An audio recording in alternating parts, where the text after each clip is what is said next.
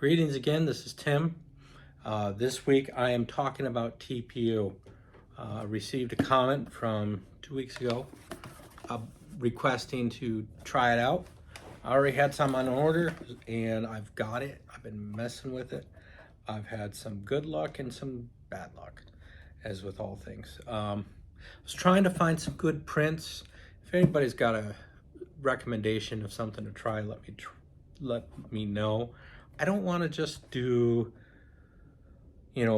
cable ties and little things. I want to see if there's something interesting out there in TPU that I haven't seen that would be worth printing. So I've got a couple of items that I have printed out, and I'm going to turn the camera and show you what I printed thus far and go over the results. I'll be right back. So here we are back at the bench, and I've got my standard benchy here.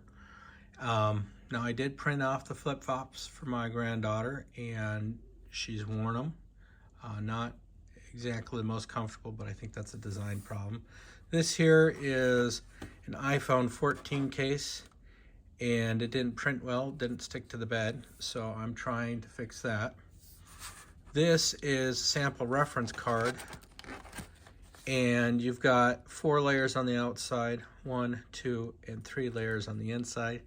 Gives you an idea of the effectiveness of each layer. Print out pretty well, no defects. Here's that surface texture of the build plate again.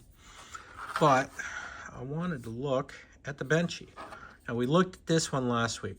This is the 250 millimeter per second and 0.2 millimeter layer thickness. This is the easy mode standard print off of the AnkerMake slicer. And so we looked at it, we were familiar with that. Here is the same print in TPU. Starting from the bottom, we do get the words, or get the letters on the bottom.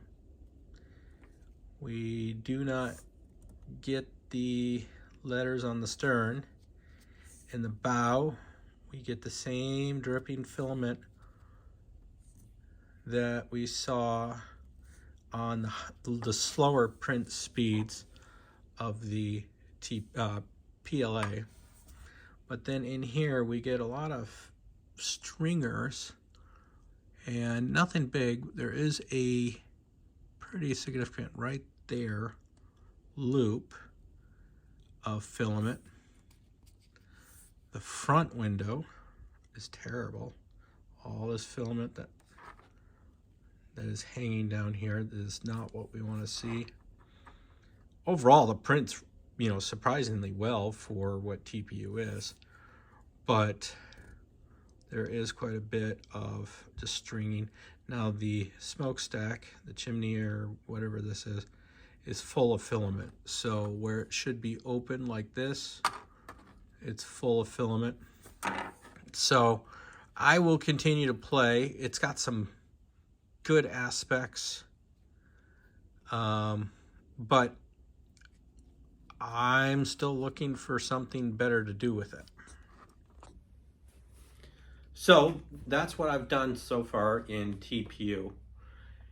It's okay so far. I haven't found a print that I've fallen in love with that I think I should put a lot of effort into it. If you have recommendations, let me know. I have been able to download the new firmware, tried a few things. It doesn't appear to have any significant fixes. I'm still not seeing the printer on the laptop, so I can't send things direct.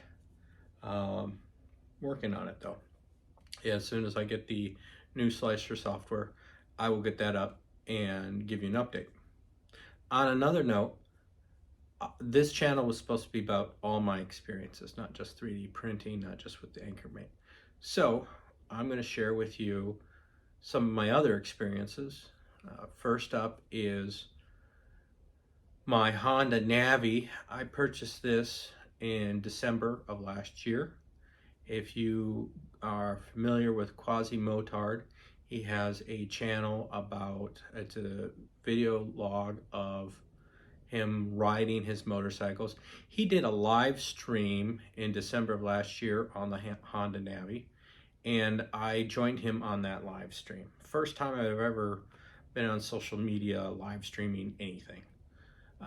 Second thing I am putting up is my Can-Am Spyder. This is a 2022 Can-Am Spyder RT Limited Sea to Sky Edition. It's got some upgrades from the standard edition, and at least in the warmer months, it is my primary ride when I'm going with my wife. I use the Navi to go to work almost every day, even in the colder months. I've got enough layers that it's comfortable. And then after this, I will put up my a ride video. Hope you enjoy it. Have a good day.